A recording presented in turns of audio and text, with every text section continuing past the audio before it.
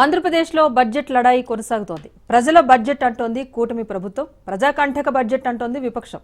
Payyavula budget పైన ప్రతిపక్ష నేతలు మండిపడుతున్నారు. అరచేతిలో వైకుంఠాన్ని చూపించారు అంటూ ఆగ్రహం వ్యక్తం చేశారు. బడ్జెట్ ఫుల్గా ఉంది, ఖజానా నిల్లుగా ఉంది అంటూ సెటైర్లు సంధించారు. అయితే టీడీపీ మాత్రం సూపర్ 6 పథకాలకు ప్రాధాన్యత ఇచ్చామంటోంది. బడ్జెట్ కేవలం పేపర్లకే పరిమితం అంటూ అటు వైసీపీ ఆగ్రహం వ్యక్తం చేస్తోంది. సో బడ్జెట్ తర్వాత ఎలాంటి రాజకీయం నడుస్తోంది ఏపీలో, దీనికి సంబంధించి మా ప్రతినిధి రమేష్ గుంటూరు నుంచి మరింత సమాచారం అందిస్తారు. రమేష్, చెప్పండి. బడ్జెట్ అయితే ఫుల్గానే అనౌన్స్ చేశారు, కానీ సూపర్ 6 హామీలు కానివ్వండి, లేకపోతే మిగతా పథకాలకు సంబంధించి ఖజానాలో డబ్బులు లేవు అంటూ కూడా వైసీపీ ఆగ్రహం వ్యక్తం చేస్తోంది. ఏంటి, పేపర్లకే పరిమితం అయ్యే బడ్జెట్నా, లేకపోతే నిజంగానే ప్రజా ప్రయోజనకరంగా బడ్జెట్ ఉండబోతోందా? ఎలాంటి చర్చ నడుస్తోంది రమేష్?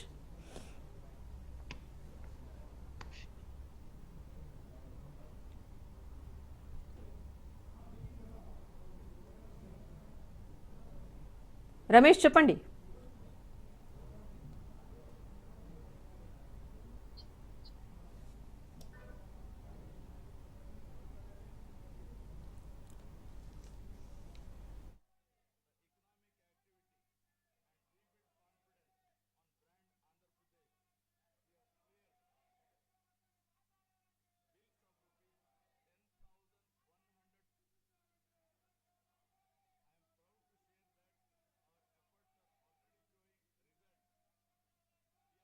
తీస్తూ బడ్జెట్ ప్రతిపాదన చేశామని చెప్పేసి టీడీపీ ప్రభుత్వం చెప్తుంటే, అసలు ఖజానాలో నిధులు ఎక్కడున్నాయి, ఎలా అమలు చేస్తారంటూ అటు వైసీపీ బడ్జెట్ పైన నిప్పులు చెరుగుతున్న పరిస్థితి కనిపిస్తోంది.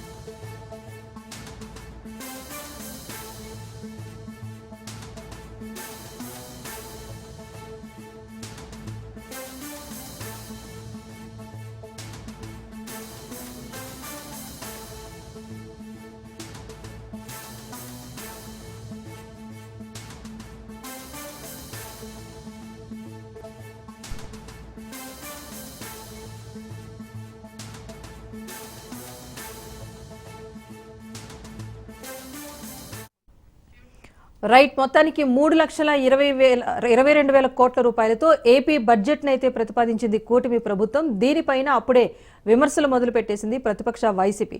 సూపర్ 6 పథకాలకే ప్రాధాన్యత ఇస్తూ కూడా భారీ స్థాయిలో బడ్జెట్ అనౌన్స్మెంట్ చేశామని ఆర్థిక మంత్రి పయ్యావుల కేశవ్ అసెంబ్లీ సాక్షిగా చెప్పారు. సూపర్ 6 పథకాలన్నీ అమలు చేస్తాం, ప్రజా సంక్షేమ పథకాలను అమలు చేస్తూ రాష్ట్ర అభివృద్ధి, మరీ ముఖ్యంగా రాజధాని అంశంలో అభివృద్ధి ముందుకు తీసుకువెళ్లే విషయంగానే ప్రభుత్వం ఇంత కీలకమైన బడ్జెట్ను ప్రవేశపెట్టింది అంటూ కూడా పయ్యావుల కేశవ్ చెప్పుకొచ్చారు. అయితే ఇది కేవలం అరచేతిలో వైకుంఠం చూపించే బడ్జెట్టే తప్పిస్తే ప్రజలకు ప్రయోజనకరంగా ఉండే బడ్జెట్ కాదు అని చెప్పి వైసీపీ వ్యతిరేకిస్తోంది.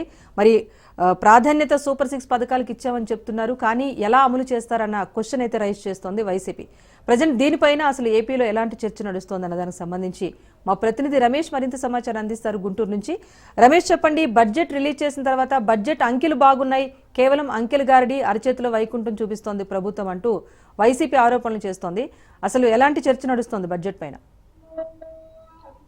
ఎస్ రాజేశ్వరి, ఏదైతే మీకు చెప్పినట్లుగానే ఏదైతే బడ్జెట్ కి 2025-26 వార్షికోత్సవ బడ్జెట్ కి సంబంధించి కూడా ఆర్థిక శాఖ మంత్రి పయ్యావుల కేశవ్ బడ్జెట్ ప్రవేశపెట్టారు.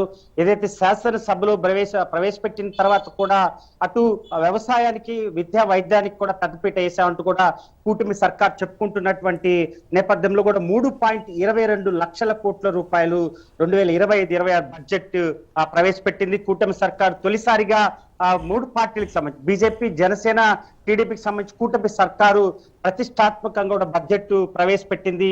చంద్రబాబు నాయుడు గాని అటు పవన్ కళ్యాణ్ కూడా బడ్జెట్ పైన కూడా వారి మాట్లాడినటువంటి తీరు కూడా రానున్నటువంటి రోజులు ఇప్పటి వరకు యుద్ధాంశానికి గురైనటువంటి రాష్ట్రాన్ని కూడా పూర్తి స్థాయిలో గాడి పెట్టే విధంగా 2027 కల్లా కూడా పోలవరం ప్రాజెక్ట్ పూర్తి చేస్తామని కూడా ఒక అసెంబ్లీ సాక్షిగా కూడా చంద్రబాబు నాయుడు హామీ ఇచ్చినటువంటి పరిస్థితి కనపడుతుంది. వ్యవసాయానికి పెద్దపీట వేశారు. ఈ బడ్జెట్ లో దాదాపు 48,000 కోట్ల రూపాయలు ఈ బడ్జెట్ లో కేటాయింపులు అయితే జరిగాయి. అటు రెవెన్యూ కానీ, అదేవిధంగా అటు ఎన్టీఆర్ భరోసా, అదేవిధంగా ఎన్టీఆర్ ఆరోగ్య శాఖ సంబంధించి కూడా మరి దీనికి పెద్దపీట వేసినటువంటి పరిస్థితి కనపడుతుంది. అటు ఉన్నత విద్యకు కూడా పెద్దపీట వేసినటువంటి పరిస్థితి కనపడుతుంది. అంటే ఇప్పటి వరకు గత 2019 నుంచి 2024 వరకు అనేక వ్యవస్థలు కూడా పూర్తి స్థాయిలో కూడా కుంటుపడినటువంటి నేపథ్యంలో ఈ బడ్జెట్ వ్యవహారం పైన కూడా అసెంబ్లీలో వాడివేడి చర్చ జరిగినటువంటి పరిస్థితి కనపడుతుంది. అయితే అటు పయ్యావుల కేశవ్ కూడా ఏదైతే మరి బడ్జెట్ ప్రవేశపెట్టినప్పుడు కూడా మరి ఎక్కడ కూడా అప్పులు తీసుకునేటువంటి పరిస్థితి లేని రాష్ట్రంగా కూడా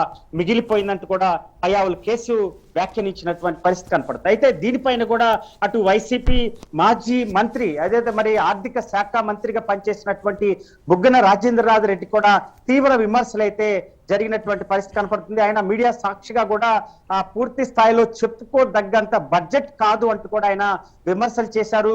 ఏదైతే మరి బడ్జెట్ కేటాయించినప్పుడు అటు రాష్ట్ర ఆర్థిక పరిస్థితులు కూడా మరి ఆ బడ్జెట్ లో కేటాయించాల్సినటువంటి అవసరం ఉంది, ఎక్కడ కూడా అవి ఆ పాయింట్సే కనపడలేదు అంటూ ఆయన విమర్శలు అయితే చేసినటువంటి పరిస్థితి కనపడుతుంది. అదేవిధంగా సిపిఐ వామపక్షాల నేతగా ఉన్నటువంటి రామకృష్ణ కూడా తీవ్రంగా స్పందించాడు. ఏదైతే బడ్జెట్ కి సంబంధించి అదే ఈ సూపర్ 6 పథకాలు ఏమయ్యాయి, ఎందుకంటే ఇచ్చినటువంటి హామీలు ఎన్నికల ముందు చంద్రబాబు నాయుడు చాలా క్లియర్ గా ఇచ్చాడు. నిరుద్యోగులు 25 లక్షల మంది ఉద్యోగాలు, నిరుద్యోగుల వ్యవస్థ పూర్తి స్థాయిలో ఉన్నటువంటి నేపథ్యంలో నిరుద్యోగ వ్యవస్థ కానీ, అదేవిధంగా నిరుద్యోగులందరికీ కూడా ప్రతి నిరుద్యోగుడికి 3,000 రూపాయల నుంచి 5,000 రూపాయలు ఇస్తానటువంటి హామీని ఎక్కడ ఈ బడ్జెట్ లో కనిపించలేదంటూ కూడా ఆయన విమర్శలు చేసినటువంటి పరిస్థితి కనుక. అయితే పూర్తి స్థాయిలో ఇప్పుడు ఏదైతే బడ్జెట్ అరాకొర ఇచ్చినటువంటి బడ్జెట్ కి సంబంధించి ఖచ్చితంగా ఇవన్నీ నెరవేర్చకపోతే ప్రజలు, అదే విధంగా ప్రజలతో పాటు విపక్ష నేతలకు కూడా రోడ్డు ఎక్కేటువంటి అవకాశం ఉంది అని ఆయన ఒక హెచ్చరికలు అయితే జారీ చేసినటువంటి పరిస్థితి కనపడుతుంది. అయితే పూర్తి స్థాయిలో ప్రభుత్వం మాత్రం చాలా పారదర్శకంగా ముందుకు వెళ్ళేటువంటి అవకాశం ఉంది. ఎందుకంటే ఖచ్చితంగా ఇలాంటి బడ్జెట్ ప్రవేశపెట్టినప్పుడు మేధావులు, విపక్ష నేతలు ఆనవాయితీగా విమర్శలు అనేది కామన్ అప్పటికి కూడా మరి ఖచ్చితంగా బడ్జెట్ మాత్రం దాదాపు 3.22 లక్షల కోట్ల రూపాయల బడ్జెట్ పెట్టినప్పుడు ఖచ్చితంగా ఈ బడ్జెట్ పూర్తి స్థాయిలో ప్రజలకి అందితే మాత్రం ఖచ్చితంగా పూర్తి స్థాయిలో అటు లబ్ధిదారులు పూర్తి స్థాయిలో చేకూరేటువంటి అవకాశం ఉంది. అయితే ఈ నేపథ్యంలోనే ఎంతవరకు రాష్ట్ర ప్రభుత్వం ముందుకు వెళ్తుంది, ఎందుకంటే ఇప్పటికే ఆర్థిక పరిస్థితి చాలా దారుణమైన పరిస్థితిలో ఉన్నప్పటికీ మరి నిన్న మనం ఫస్ట్ రోజు మరి ఏదైతే గవర్నర్ ప్రసంగం తర్వాత ధన్యవాద సభలో కూడా ముఖ్యమంత్రి నారా చంద్రబాబు నాయుడు గత 2019 నుంచి 2024 వరకు ఏ విధంగా నష్టపోయింది రాష్ట్ర ప్రభుత్వం, ఎంత ఆర్థిక పరిస్థితులు ఇబ్బంది పడుతున్నాయి, ఇవన్నీ కూడా ప్రకటించినటువంటి నేపథ్యంలో వీటన్నిటిని ఎలా అధిగమిస్తారు. ఇప్పటికే వైసీపీ మరి ఆర్థిక వ్యవస్థని పూర్తి స్థాయిలో వనరులు సృష్టించి రాష్ట్రాన్ని డెవలప్ చేస్తామని పదే పదే చంద్రబాబు ఇచ్చినటువంటి హామీలు ఏ విధంగా వెళ్ళాయి, అదే విధంగా ఇచ్చినటువంటి హామీలను ఎక్కడి నుంచి మీరు పెట్టుబడులు తీసుకొచ్చారు, రాష్ట్రానికి ఆదాయం ఎక్కడి నుంచి వచ్చింది, ఆదాయం మరి ఈ బడ్జెట్ లెక్కల్లో ఎందుకు చూపించలేదంటూ కూడా విపక్ష నేతలు అయితే విమర్శలు చేస్తున్నటువంటి పరిస్థితి కనపడుతుంది. అయితే పవన్ కళ్యాణ్ అటు అసెంబ్లీ సాక్షిగా కూడా చాలా ఘాటుగా స్పందించారు. ఎందుకంటే రాష్ట్రం ఉన్నటువంటి గత ప్రభుత్వంలో ఉన్నటువంటి పరిణామాలు కానీ ఇప్పుడు జరుగుతున్నటువంటి పరిణామాల పైన తీవ్రంగా స్పందించాడు. ఏదైతే కూటమి సర్కారు ఎన్ని విమర్శలు ఎదుర్కొన్నా, విపక్ష నేతలు ఎన్ని విమర్శలు చేసినా ఖచ్చితంగా రాబోయేటువంటి రోజుల్లో మరో 10 ఏళ్ల పాటు, ఇప్పుడు 5 ఏళ్ళు 15 ఏళ్ల పాటు కూటమి సర్కారు కలిసి నడుస్తుంది. ఎన్ని కష్టాలు వచ్చినా, ఎన్ని నష్టాలు వచ్చినా కానీ పూర్తి స్థాయిలో కలిసి వెళ్తుంది. మాకు వచ్చినటువంటి గొడవలు కేవలం ఇంటి గొడవలు మాత్రమే చూస్తాం కానీ ఖచ్చితంగా 15 ఏళ్ల పాటు రాష్ట్రాన్ని అభివృద్ధి చేస్తాం. ఇదే ప్రభుత్వం, కూటమి సర్కారు ఇదే ప్రభుత్వం 15 ఏళ్లు కొనసాగుతుందని చాలా ఆవేశంగా, ఆలోచనకరంగా చెప్పినటువంటి వ్యాఖ్యలను మనం చూడొచ్చు. ఎందుకంటే నిన్న చంద్రబాబు నాయుడు మాట్లాడినటువంటి మాటలు కూడా దాదాపు 12,500 కోట్ల రూపాయలు ఇప్పటికే కేంద్ర ప్రభుత్వం నుంచి సహాయం అందింది. ఈ కేంద్ర రైట్, థ్యాంక్ యూ రమేష్.